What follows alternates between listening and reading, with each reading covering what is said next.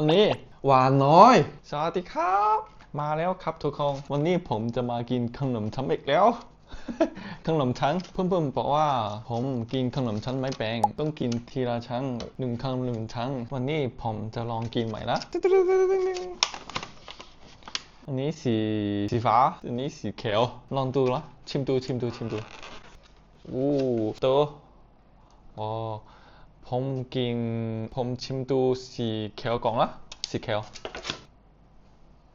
ว้าต้องกิน1 ชั้นใช่ไหมแกะยังไงอะ แกะเบาๆแกะยังไง ลึง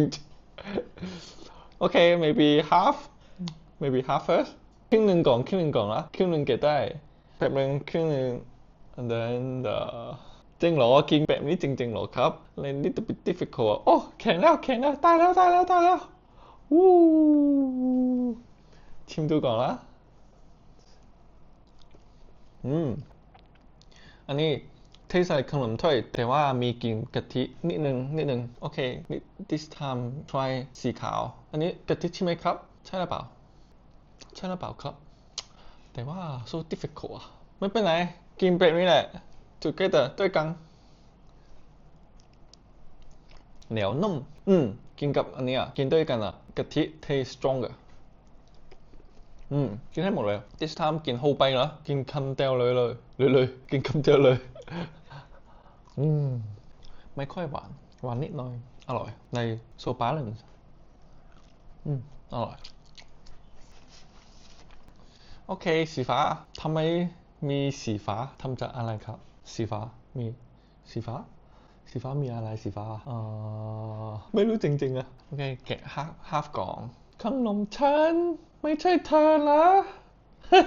ฉันซื้อมาโอเคกิน1 ชิ้นใช่ไหมกิน1 ชั้นโอเคแกะแล้วอู้ทำไมสีฟ้าล่ะสวยไหม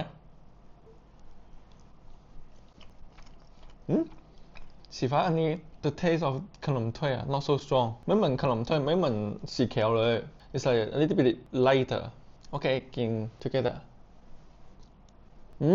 ฉันรู้แล้วอันนี้หวานน้อยหวาน50%จริงๆทุกคนอันนี้หวาน50สีเขียวหวาน100%จริงๆอันนี้อ่ะสีฟ้าหวานน้อยเลยสีฟ้าหวานน้อยเดี๋ยวผมชอบso hard to say นะผมชอบหวาน100%แต่ว่า50%ก็อร่อยขนมต้องหวานใช่ไหมแต่ว่าโอเคนะเอานี้ดีกว่า8 คะแนนอันนี้7 คะแนนอร่อย